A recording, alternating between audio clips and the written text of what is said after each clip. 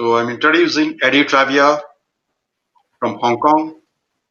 He is the CEO of Coinsilium Group Limited, Hong Kong, China. He is a pioneer investor in blockchain, Bitcoin startup since 2013, nominated among the top 3 most influential investors of the year at Blockchain Awards 2014 with Mark Andreessen and Roger Ver, CEO, co-founder of London-listed Coinsilium Group Limited. He is a venture builder, investor, accelerator of blockchain startups. Coinsilium shares are traded on the Asia Stock Exchange growth market in London. Over to you, Eddy. I think you are going to talk about the crypto, DeFi, NFTs, and emerging market trends in investment opportunity. Thank you. Over to you. Yes, thank you very much. Let me share my screen so we can start. I mean, it's a lot to cover, but I will try to speak quickly and make sure I cover as much as possible. You can see my screen, right? It's okay? All right, yeah, I think so. So, as kindly introduced by Mr. Rajan, I'm the CEO of Coinsilium, which is listed on OTC markets and Aquis Stock Exchange in London. Aquis since 2015 and OTC earlier this year, OTC markets. And I'm going to talk to you about some new opportunities in crypto, mainly DeFi, decentralized finance, and NFTs. Now, we've covered, a great part of DeFi with Malcolm, so I will try to talk about a bit different aspects of DeFi and maybe go back as well on the basics. Just a disclaimer: as a public company CEO, I'm just here to tell you that I'm not providing any kind of investment advice or asking you to buy any shares in any company that I talk to or any tokens in any companies that I'm going to refer to in this presentation. That's just a quick note, a quote from Bill Gates saying that it's you have to be lucky to be in the right place at the right time, but you also have to take action, which as entrepreneurs, we all know, any entrepreneur here knows that this is the case. Very important to take action and move forward. So what is DeFi? So basically DeFi is the space of digital assets and financial smart contracts. And in a way, it replicates a lot of the traditional finance, but it does so on a new foundation, which is blockchain. Now, smart contracts are basically programmed on blockchain, and it gives a lot of freedom to developers and financial engineers to do a lot of tryouts and experimentations, and then as we go into production, let's say. And the aim of a lot of these DeFi platforms is basically to optimize the return from crypto assets. And this is also called yield farming. So the basic functions are usually staking, lending, borrowing, and basically implementing different trading strategies. So there has been a steady flow of new DeFi protocols and platforms coming to the market. And a lot of those are offering a wide range of different strategies, some of them using derivatives, synthetics, indices, flash loans, collateral swaps, credit delegation. So basically, we can go quite far in terms of the technical or financial engineering aspect. So here, I'm just going to explain to you more about the basic structure of DeFi and what you can do with it. So here, this little table that I've designed, we're just talking about using different sources of information, talking about kind of the relation between traditional finance and what could be seen as the corresponding solution in the DeFi world. So, for example, if you're talking about fiat money and shares in DeFi, that would be cryptocurrencies and tokens, because usually shares can be represented by tokens.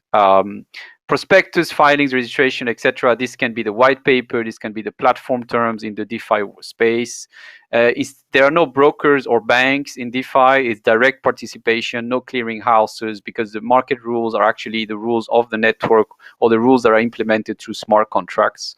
And instead of primary markets and stock exchanges, we have decentralized exchanges usually. And instead of secondary markets, we also have decentralized exchanges in general, such as Uniswap, Kyber, etc. So of course there is no wire transfers, crypto transactions. Dividends and interest payments are what I call coded income. And then we have money markets. There can be platforms like Money on Chain or Compound. And instead of fixed income returns, you can have staking rewards. Again, coded income that some people call passive income, coming from collateralizing assets, lending assets. And instead of voting rights, you have governance tokens, which is another quite important trend in the world of DeFi. Now, Malcolm spoke about this just before. So yes, DeFi, there is one way to measure it, which is called the total value locked. It's one way to measure it. It's how much, let's say, active collateral is on DeFi platforms. And this has increased exponentially since last year, more than 50 times, and it's currently around 16 billion or a little bit less depending on the day. And just in July, the active collateral increased by 1.7 billion. That means that actually the whole, let's say, attention to this space is very recent. June, July were kind of pivotal months for DeFi, and a lot of people and new funds have gone on board. I guess, people took some time to understand the platforms, what they do, get some trust in it. There are some insurance products as well that came up, so that probably encouraged some people to help with that. Now, why are some people using DeFi? So as I was saying, it's quite easy to deploy strategies and financial models on DeFi, easier than on traditional finance, because basically you don't have to deal with a lot of the infrastructure barriers that you can have in traditional finance, where you would need to go through APIs, but also some legal ways, regulatory, maybe brokerage accounts, maybe fund licenses, etc. So DeFi is much more direct and straight to the point. And that's, of course, a big attraction for both developers and people with understanding about finance, so they can have some kind of large-scale experiments of trading strategies and financial models on these platforms. As well, of course, one of the reasons why there have been some attraction is the fact that there is something we call the high composability of DeFi solutions, basically meaning that you can easily build on top of each solution. So a new solution could come up, can easily build on existing solutions. This is why sometimes we call it money Legos. Also, of course, the fact that right now the APY on the yield, on different accounts, on standard banking accounts, are very low. Nobody's getting a lot of money for US dollar or Hong Kong dollar, Singapore dollar, etc. But on DeFi, the yield is much higher. So obviously there is a financial attraction there, and it's actually much higher sometimes on what we call stable coins, which are just representation of, for example, the US dollar, through these coins that are maybe called USDC or USDT through USD, and these coins mean that you basically have almost an equivalent of US dollar, but you're getting a much higher yield than US dollar, obviously, in a bank. Okay. This is just a quick reference to an article I published in July, which is called Coded Income Model, where I explained that there may be a way to actually bridge a DeFi-inspired model with the real economy. I think that there are a few things missing in the DeFi space today. One of the criticism one could make about DeFi is that it's almost a closed loop, mainly for crypto traders and crypto token holders. Although this world is obviously widening and there are more and more people coming to that space, we're still very far from what we would call mass adoption. Even if there are millions of wallets out there, there are still, many more people that are actually not involved in either DeFi or blockchain, and also there is a bit of a barrier to entry in this space, because you would need to understand how these smart contracts work, or at least in some way, or understand the logic behind it. And you also need to have some basics of financial understanding as well. So basically, I was just looking at the fact that you can use these kind of models for what we can call the real economy, basically, P2P lending in the real space. And some large DeFi platforms have actually gone in that direction. So, for example, there is a large one called AAVE, and they are going into what they call credit delegation, which is another way to do or to call P2P lending, really. And also, of course, as Malcolm mentioned, there is a trend for a lot of central banks to look at central bank digital currencies. So one can imagine that if central bank issue their own digital currencies, like many central banks are looking at, then this could come onto DeFi-like platforms as well. So basically, there is a potential, meeting of minds in the world of DeFi. This is just another sector of DeFi that is lesser known in the space, which is I'm also involved. We have invested in this company called RSK in this technology, and I'm also the Asia Pacific director for IOV Labs, which is a mother company of RSK, and they are specialized on DeFi on Bitcoin as a result of their own technology structure, which is a sidechain to the Bitcoin blockchain, and they enable DeFi on Bitcoin, and that's really an untapped sector in the world of DeFi. And I just wanted to point out that there are a few platforms dealing directly with that, which are quite interesting. RSK Swap, Money on Chain, Tex, a token exchange, and Sovereign, which all quite recently launched. Money on Chain would be the more the one with more time behind its belt, and they all work very well. And just have a look if you want. And there's just a parenthesis on this new space, which is quite exciting as well. So in terms of the NFTs, I think there are some interesting, like Malcolm was saying, there are some interesting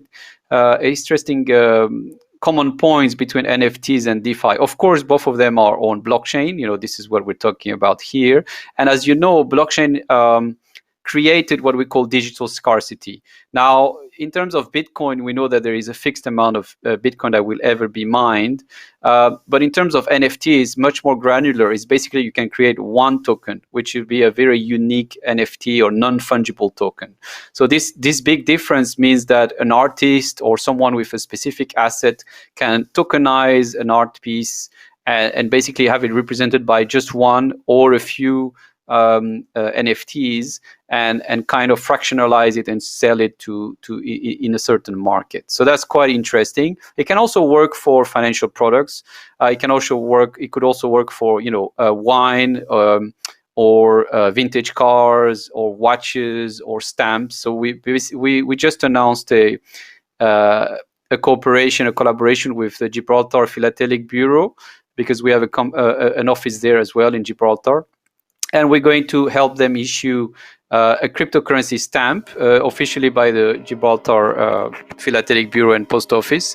And at the same time, the NFT kind of parallel the NFT asset related to that stamp. So that's interesting as well to look at. So I also agree that there is an expanding market coming for NFT.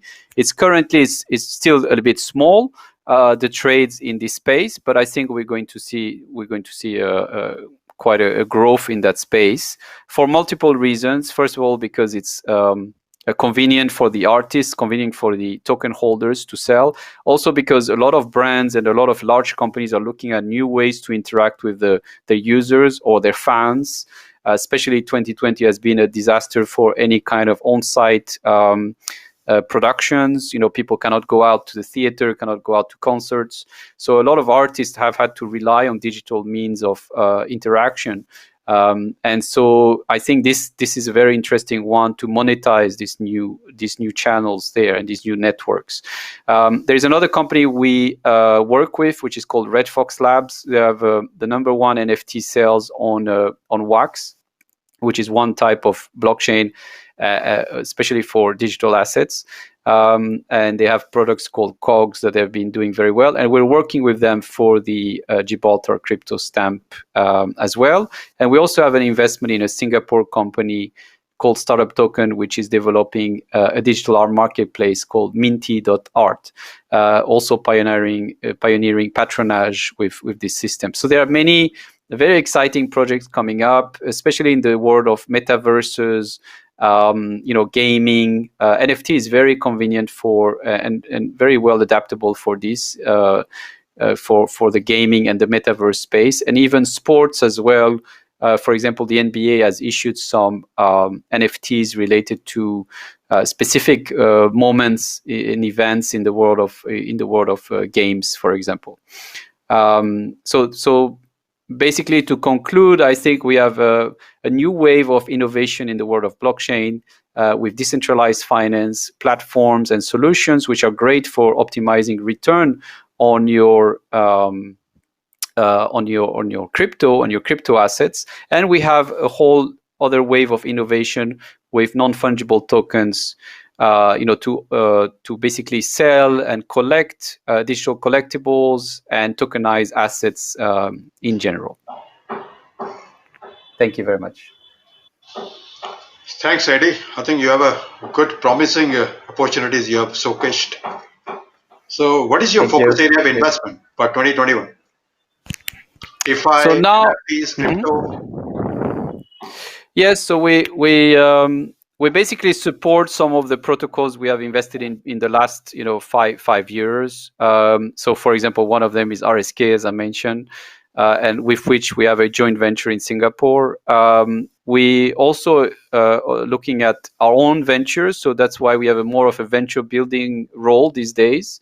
And in the space of NFTs and DeFi, this is what we're doing. So, for example, the Gibraltar stamp, crypto stamp, is one of the first initiatives that we are basically running and operating with Red Fox Labs. We will have more, and we will have more opportunities in this space of really building ventures with technical partners very, very soon. Thank you. It was a great insight. So we will meet again in the panel.